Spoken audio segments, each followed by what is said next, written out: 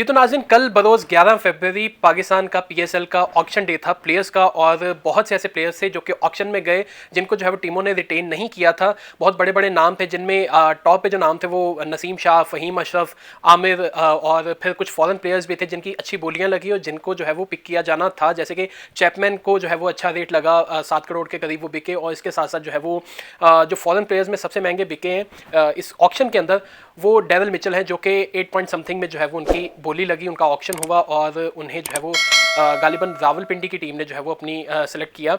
तो बहुत 8 टीम्स थी, उन्होंने जो है वो बड़े बैलेंस अपने स्क्वाड जो है वो मुंतखब किया और बड़े अच्छे अच्छे प्लेयर्स को जो है वो शामिल किया। मगर इसके साथ साथ बहुत से ऐसे प्लेयर्स थे जो कि पीछे रह गए, जिनको कम रेट के अंदर जो है वो या कम प्राइसेस के अंदर उनका जो बार था प्राइसेस का वो बहुत कम था, लेकिन उनकी जो डोमेस्टिक परफॉर्मेंस है, उनका जो इस टाइम पे उनकी जो करंट सिचुएशन है वो बहुत अच्छी चल रही है।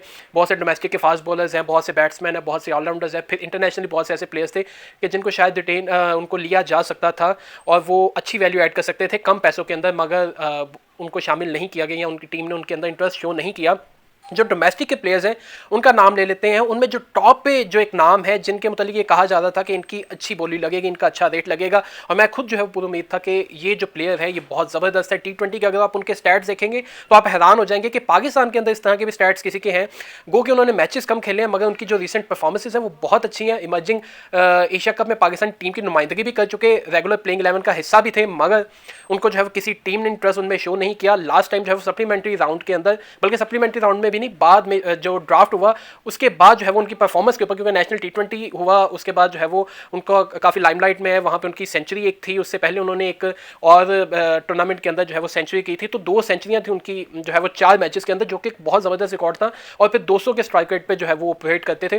तो उनको इस्लामाबाद की टीम ने जो है वो अपने स्क्वाड के अंदर शामिल किया था ड्राफ्ट के बाद, मगर इस बार जो है वो उनको किसी टीम ने इंटरेस्ट शो नहीं किया। वो है मोहम्मद फाइक बट, बहुत ज़बरदस्त प्लेयर है, ऑलराउंडर है। इस टाइम पे प्रेसिडेंट कप जो है, president trophy first class tournament जो है वो ख़त्म हुआ है, कल परसों उसका जो है वो फाइनल था और वो जो है वो ख़त्म हो गया। उसमें जो टॉप रन स्कोरर्स हैं उनमें फाइक बट जो है वो तीसरे नंबर पे आते हैं। उसके अलावा गाजी गोरी जो कि पाकिस्तान में one of the top wicket takers हैं, जिनको आप कहें कि जिनकी टेक्निक विकेट कीपिंग के अंदर बहुत अच्छी है। और फिर इसी जो प्रेसिडेंट ट्रॉफी है इसके अंदर जो है वो सेकंड हाईएस्ट रन स्कोरर रहे हैं, मगर उनके अंदर भी जो है किसी टीम ने इंटरेस्ट शो नहीं किया। वो भी लास्ट टाइम जो है वो इस्लामाबाद की तरफ से खेले थे और इस्लामाबाद ने ही उन्हें जो है वो सिलेक्ट किया था। और लास्ट टाइम उनकी परफॉर्मेंसेस यहाँ उनके ऊपर जो है वो थोड़ा क्रिटिसिज्म हुआ कि बैटिंग के अंदर ये T20 को सूट नहीं करते, मगर इमर्जिंग एशिया कप के अंदर पाकिस्तान टीम का पार्ट थे और कुछ मैचेस के अंदर उन्होंने बड़ी अच्छी परफॉर्मेंस भी दी, जिनको जो पाकिस्तान को जीतना rescued when the batting was collapsed, he rescued at that moment.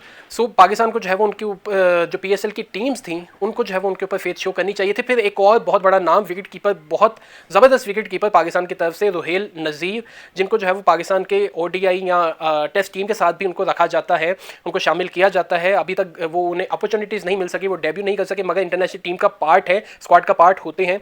तो उनके अंदर भी जो है वो किसी ने इंटरेस्ट शो नहीं किया। वो भी एक अच्छे मिडल ऑर्डर बैट्समैन और साथ एक विकेट कीपर थे। फिर जो है वो अली उस्मान, आपके इस सीज़न में जो है वो उनकी 100 से ऊपर विकेट्स हैं डोमेस्टिक के अंदर, मगर उनको जो है वो किसी टीम ने उनके अंदर भी इंटरेस्ट शो नहीं किया। Slow left arm unorthodox bowler हैं, मगर किसी जो है वो किसी टीम ने उनके अंदर इंटरेस्ट शो नहीं किया। और हमारे ये एक बहुत प्रॉब्लम है कि समझा जाता है कि जो डोमेस्टिक में फर्स्ट क्लास में या वनडे क्रिकेट में यानी लिस्ट ए के अंदर जो है वो रन्स करते हैं या विकेट्स देते हैं, उनको T20 के अंदर उस तरह से कंसीडर नहीं किया जाता। गो के कुछ टीम्स हैं जिनका जो प्लेयर्स की स्काउटिंग है वो बहुत अच्छे तरीके से करती है, मगर उन टीमों ने भी इन प्लेयर्स के अंदर जो है इंटरेस्ट शो नहीं किया। बहुत से नाम है, मूसा खान को आप पिछले 2 साल में उनकी परफॉर्मेंसेस देखें, फर्स्ट क्लास क्रिकेट के अंदर जो है उन्होंने रिकॉर्ड ब्रेकिंग उनकी परफॉर्मेंसेस रही हैं। फिर लिमिटेड ओवर्स के अंदर भी वो परफॉर्म करते रहे हैं। न्याज खान हैं, आपके शहाब खान हैं, साकिब खान तो खैर वो सेलेक्ट हो गए, शहजाद गुल हैं, इस वक्त जो है वो आपके सेकंड हाईएस्ट विकेट टेकर हैं प्रेसिडेंट ट्रॉफी के, और फिर आकिब खान है, और बहुत से ऐसे नाम है कि जिनको जो है वो सेलेक्ट किया जा सकता था मगर नहीं किया। बहुत बड़ा नाम शाहनवाज धानी है जिनको सेलेक्ट नहीं किया गया। मुबस्सिर खान है, कासिम अकरम है, लास्ट टाइम भी सेलेक्ट नहीं हुए थे, इस बार भी नहीं हुए। मुबस्सिर खान भी लास्ट टाइम सेलेक्ट नहीं उनको किया गया था, इस बार भी वो सेलेक्ट नहीं हुए। तो ये बहुत से ऐसे नाम है जो डोमेस्टिक के अंदर परफॉर्म कर रहे हैं, स्ट्रगल कर रहे हैं। मोहम्मद शहजाद है, उनका तो इंस्टाग्राम के ऊपर उनकी एक उन्होंने स्टोरी भी लगाई जिसमें उन्होंने कहा कि मैं जो है वो पिछले साल प्रेसिडेंट ट्रॉफी का प्लेयर ऑफ द टूर्नामेंट था, मेरी सेंचुरी भी थी फाइनल के अंदर, मैंने 5 विकेटें भी ली थी, मैंने अच्छा परफॉर्म भी किया था, मैं इमर्जिंग कप के अंदर भी जो है वो टीम का पार्ट था, उसके अलावा मैं जो है वो हांगकांग सुपर 6 के अंदर भी जो है वो टीम का पार्ट था, मगर किसी टीम ने जो है वो मेरे अंदर इंटरेस्ट शो नहीं किया। तो बहुत से ऐसे प्लेयर्स थे जो कि मिस आउट हो गए, बहुत से ऐसे प्लेयर थे जिनको शामिल किया जा सकता था। आरिफ याकूब एक बहुत बड़ा नाम है, पेशावर ज़ल्मी को उन्होंने मैचेस जिताने में पिछले से पिछले सीजन बहुत अहम किरदार अदा किया था, मगर आरिफ याकूब को भी जो है वो शामिल नहीं किया गया। अरशद इकबाल एक बहुत बड़ा नाम है जो कि पाकिस्तान अंडर 19 की तरफ से परफॉर्म करते रहे हैं, शाहीन शाह अफरीदी के बैचमेट थे, और उसके बाद जो है वो कुछ इंजरी कंसर्न्स थे उन्हें, वो पाकिस्तान टीम को भी जो है वो रिप्रेजेंट करने वाले थे, मगर इंजरी कंसर्न्स की वजह से जो है वो उनका कैरियर थोड़ा सा डाउन हुआ, वो अपनी वो पीक नहीं देख सकते। मगर अभी इंजरी से रिकवर होने के बाद, अपना रिहैब कंप्लीट करने के बाद उन्होंने डोमेस्टिक के अंदर जैसे ही कदम रखा, तो डोमेस्टिक के अंदर उन्होंने, चाहे वो लिस्ट ए हो, चाहे वो फर्स्ट क्लास क्रिकेट हो, उन्होंने हर जगह पे परफॉर्मेंसेस दी हैं, हर जगह पे उन्होंने विकेट्स दिए, मगर किसी टीम ने अरशद इकबाल के अंदर भी जो है इंटरेस्ट शो नहीं किया। मुझे अब समझ नहीं आती कि एक बंदा इतना परफॉर्म करने के बाद वो कहाँ जाए कि उन्हें जो है वो टीम शामिल कर ले। अरशद इकबाल का जहाँ तक डाउट है ये है कि वो इंजरी प्रोन है, शायद टीमें इस वजह से उन्हें लेने से डर रही हैं कि वो शायद अगर हम उन्हें लें और वो इंजर्ड हो जाए तो हमारे लिए जो है वो एक प्लेयर हमारा ज़ाया हो जाएगा, या इस तरह करके कुछ भी कंसर्न हो सकता है। लेकिन ये वो प्लेयर हैं जो परफॉर्म कर रहे हैं लेकिन उनको मौका नहीं दिया जा रहा। एक बहुत खुशी की बात है कि अमाद बट को जो है वो शामिल किया गया। अमाद बट बहुत ज़बरदस्त जो है वो बॉलिंग ऑलराउंडर है पाकिस्तान के डोमेस्टिक के अंदर। He is struggling really hard, he is grinding really hard, he is smashing the wall to get selected in the PSL teams, in the Pakistan 11.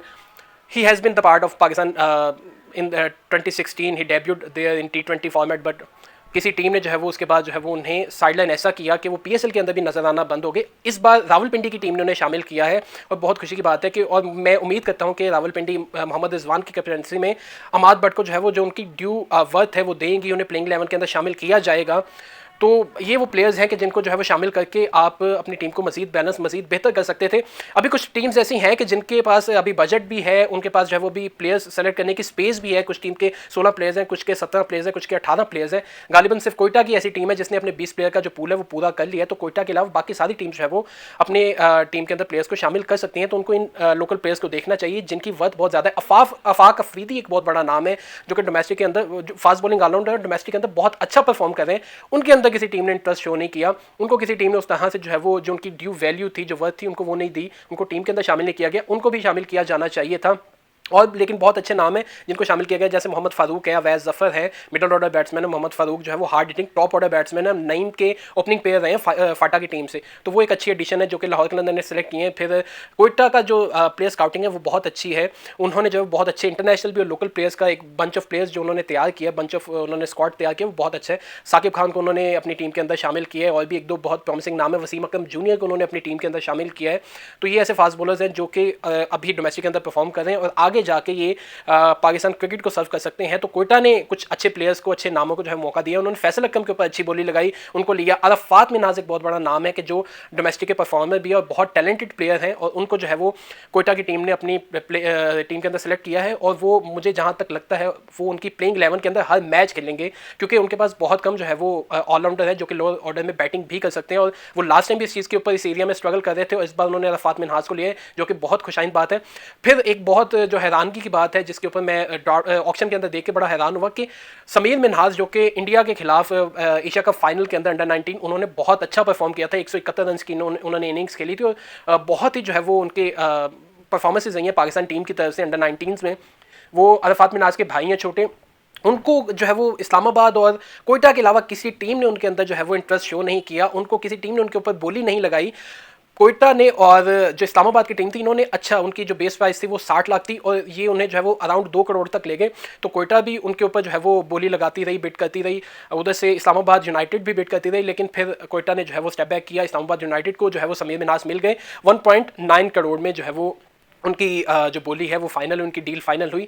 तो समीर मिन्हाज एक बहुत अच्छा एडिशन है इस्लामाबाद की टीम की तरफ से। मुझे इम्कान है कि अगर तमाम नहीं भी तो कुछ 4-5 मैचेस तो उन्हें मिलेंगे, और डेवन कॉनवे और एंड्रियस गाउस के साथ जो है वो ओपनिंग करने का मौका उन्हें मिल सकता है। तो इस्लामाबाद की टीम और कोयटा की टीम जो प्लेयर स्काउटिंग है वो बहुत अच्छी करती है। उनकी जो स्क्वाड है वो बहुत बैलेंस है। वो नज़र भी आता है कि इनके पास इनको जो नॉलेज है प्लेयर्स का वो बहुत अच्छा है। बाकी टीम्स को भी जो है वो अपनी इस चीज़ के अंदर, इस एरिया के अंदर गेम को अप करने की ज़रूरत है। खासकर जो नई टीम्स आई हैं उनको इतना शायद एक्सपीरियंस नहीं होगा, या उनकी प्लेयर स्काउटिंग इतनी अच्छी नहीं होगी।